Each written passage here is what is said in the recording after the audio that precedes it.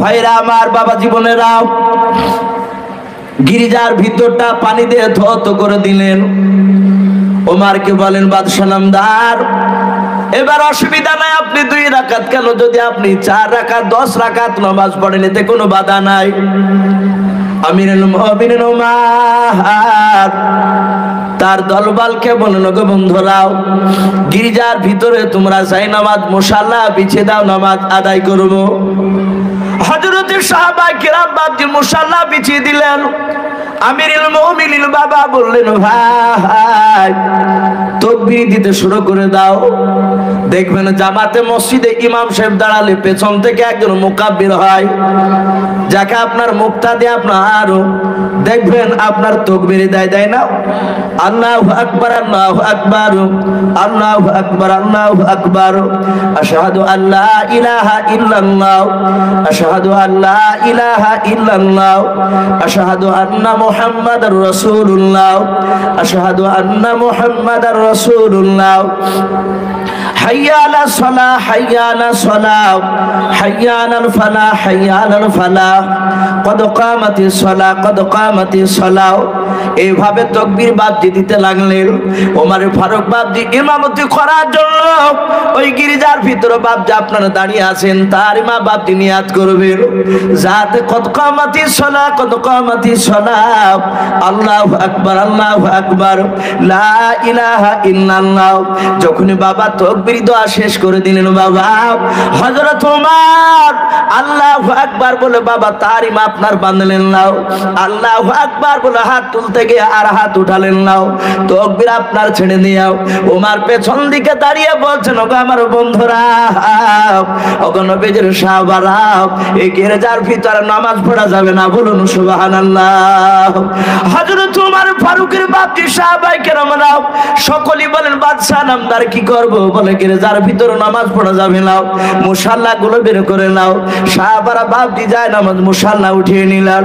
হযরত আপনার ওমর সঙ্গে সঙ্গে বেরিয়ে যাওয়ার পর পাদ্রী সাহেবকে ডেকে বললেন, ওগো পাদ্রী মশাই, কিছু মনে করবা না, ওগো পাদ্রী মশাই, এই যে গির্জাটা আছে, বলে হ্যাঁ, এই গির্জাটার এরিয়া কতটা নিয়ে আছে, এই গির্জাটার মাটি কতটা নিয়ে আছে, একটু দয়া করে আমাকে দেখাবে কিনা বলাও।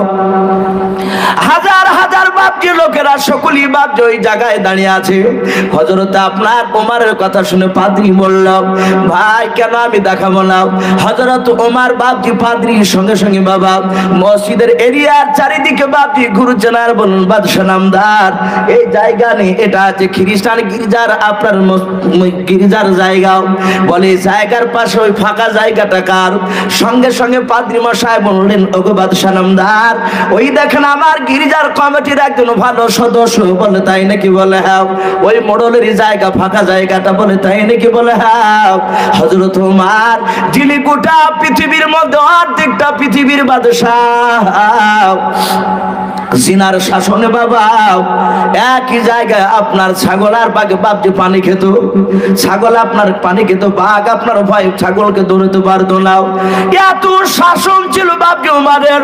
সেই ওমর বাপজি ওই জমির ফাঁকা জমির মালিকের কাছে গিয়ে বলে, হাত ওখানা জোর করে বলছেন, ভাই যাক, আমি তোমাদের বাদশাহ, আমি তোমার উপর জোর জুলুম আমি করি না, যদি কিছু মনে না করো, ওই গির্জার বাইরে যে তোমার জায়গাটা আছে, বলে হ্যাঁ, যদি তুমি কিছু মনে না করো, যদি একটু অনুমতি দিতে, মিনিট হয়তো 10 মিনিট কিংবা 5 মিনিট সময় লাগবে, মাত্র তোমার জায়গায় যায় নামাজ বিছিয়ে মুসাল্লা বিছিয়ে আমি মাত্র 2 রাকাত আমার দলবল নিয়ে নামাজ পড়বো, বলুন সুবহানাল্লাহ। কথা বুঝতে পেরেছে?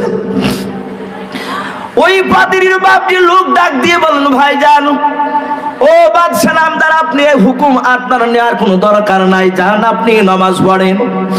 ওমর দলবল নিয়ে নামাজ আদায় করলেন। পাদ্রী সাহেব বলেন, বাদশা নামদার, বেয়াদবি হলে মাফ করবেন, ভুল হলে মাফ করবেন। ওগো বাদশা নামদার, আপনি প্রথমে যদি বলতেন গির্জাতে নামাজ পড়া যাবে না, তাইলে আমি গির্জাটা ধ্বংস করে দিতাম না। আপনি নামাজ পড়া হবে বলে আমি ওই গির্জার ঘরটা আমি ধ্বংস করে দিলাম। তারপরে আপনি নামাজ পড়তে দাঁড়ালেন, আল্লাহু আকবার বলি কেন আপনি নামাজ আপনারা পড়লেন না? ওগো বাদশা নামদার ওটা একটু জানতে চাই। ওমর ফারুক বলেন, ওরে ভাই, ও পাদ্রী সাহেব, আমি নিয়াত যখন আমি করতে যাচ্ছিলাম, আমার 10 বছর নয়, 50 বছর নয়, 500 বছর পর হয়তো যে কথাটা ঘটতে পারে, ওই কথা আমার একটা স্মরণ হয়ে গেল। বলে কি কথা বলেন? বলে পাদ্রী মশাই, আমি যদি 2 রাকাত যদি গির্জার ভিতরে যদি নামাজ আদায় করে নিতাম, নামাজ যদি পড়তাম, এটা ইতিহাসের খাতায় লেখা হয়ে যাবে।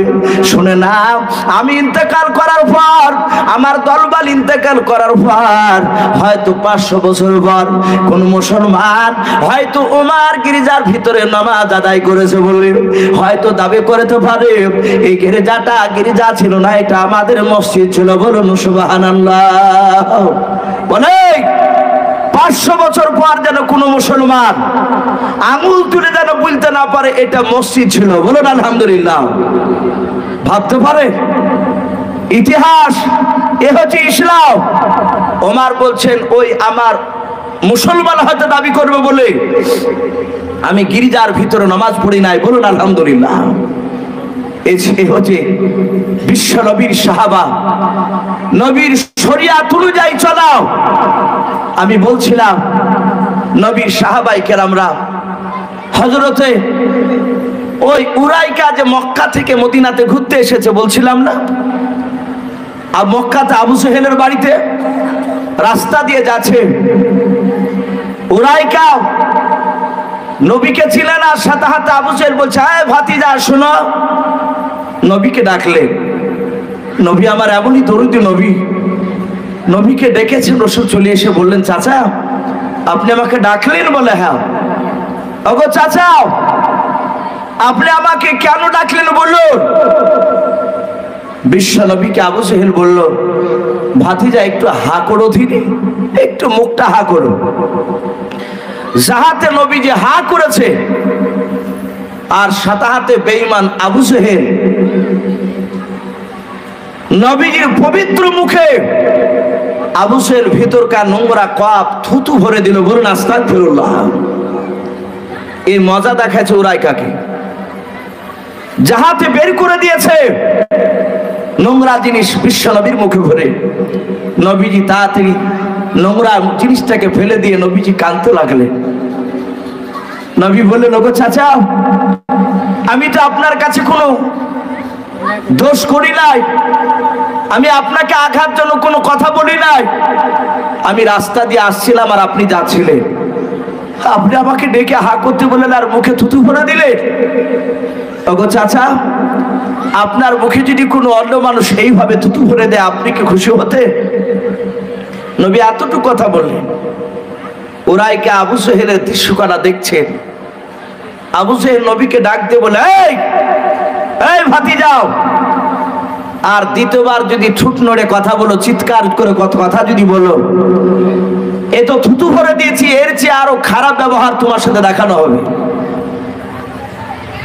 আমার বিশ্ব নবী আর কিছু বললেন না। নবী কাঁদতে কাঁদতে বাপজি রাস্তা দিয়ে চলে যাচ্ছে। উরাইকা দেখে অবাক। জাহেলিয়াতের এমনই যুগ ছিল, নবীজি জন্ম নিয়েছিলেন সেই সময়।